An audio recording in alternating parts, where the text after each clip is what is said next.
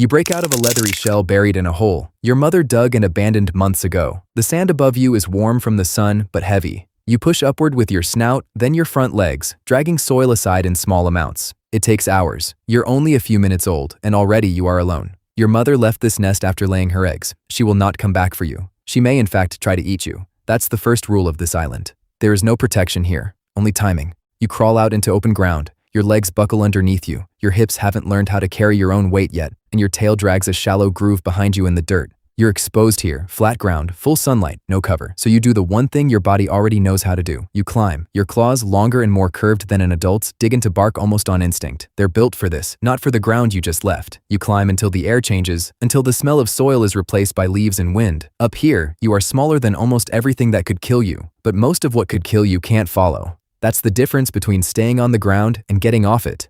You're a few weeks old now, and the canopy is your territory. Down below, adult Komodo dragons move through the brush. Slow, deliberate, tongues flicking to taste the air. One of them is 3 meters long. You are the length of a man's forearm. If you fell from this branch right now, that adult would not hesitate. It would not recognize you as its own kind. It would recognize you as meat. So you don't fall. You test each branch before committing your weight to it. Your claws miss the bark on a thinner limb, and you scramble, gripping harder, pulling your back legs up before gravity finishes the job. You're not graceful yet. You're just alive.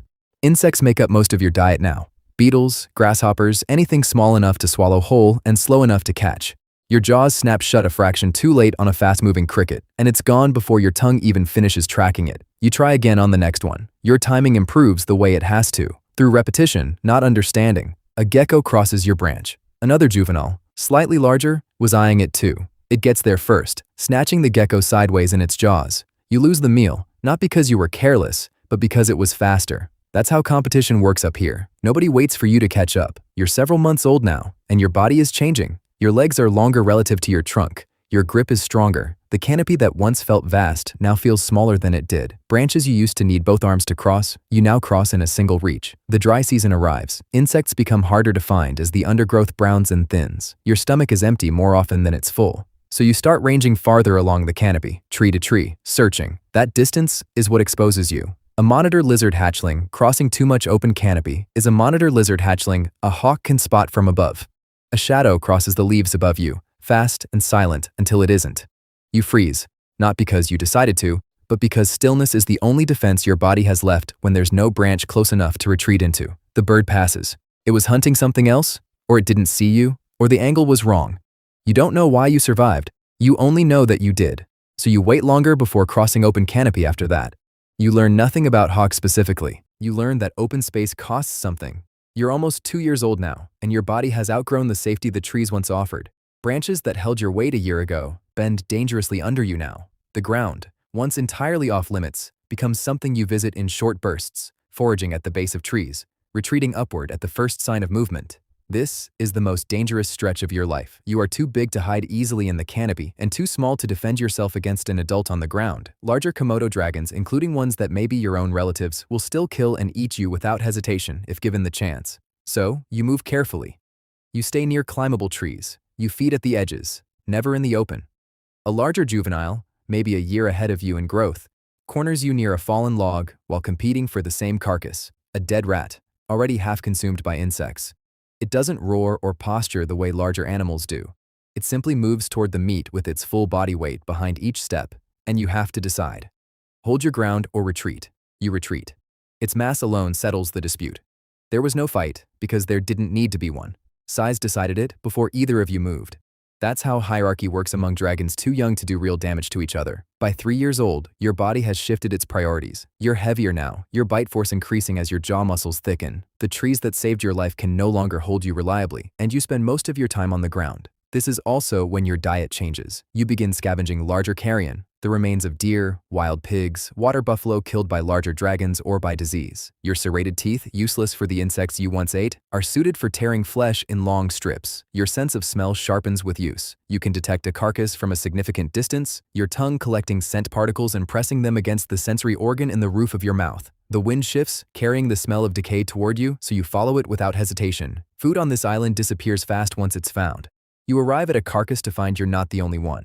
Several adult dragons are already feeding, along with 2 other dragons close to your own size. Among them is a juvenile barely a third your length, too young to have left the trees fully, too hungry not to risk it anyway. You don't recognize it as kin. There is no part of your biology that asks you to. What you recognize is protein, already softened by decomposition, requiring less effort than a hunt. You move toward it. It senses the shift in your posture, head lowering slightly, weight forward, and bolts for the nearest tree. It's faster than you over a short distance. It climbs out of reach before you close the gap.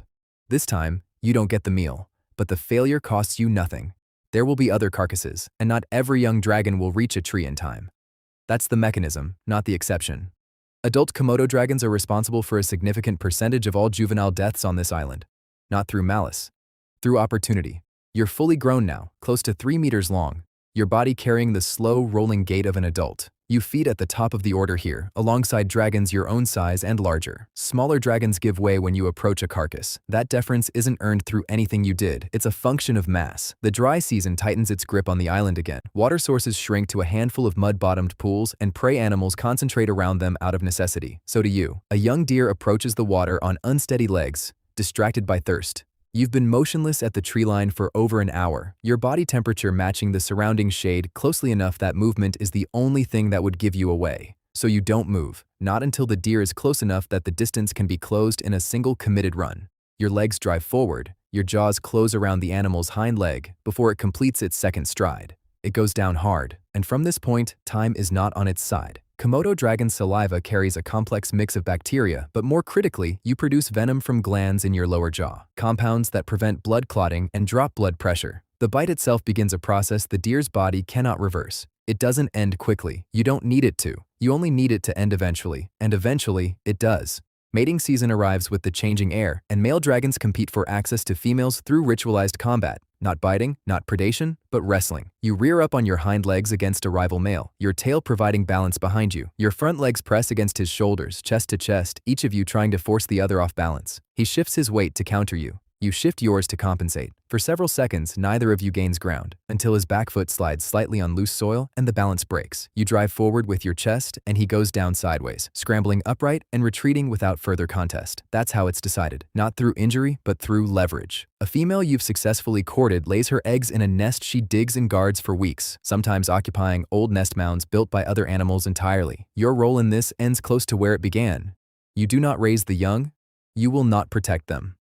If you encounter one of your own offspring months or years from now, foraging at the base of a tree it hasn't outgrown yet, your body will not recognize the connection. You will see only an opportunity, the same way every adult before you did. Years pass. Your body, once dense with muscle, starts losing the efficiency it once had. Old injuries, a tour,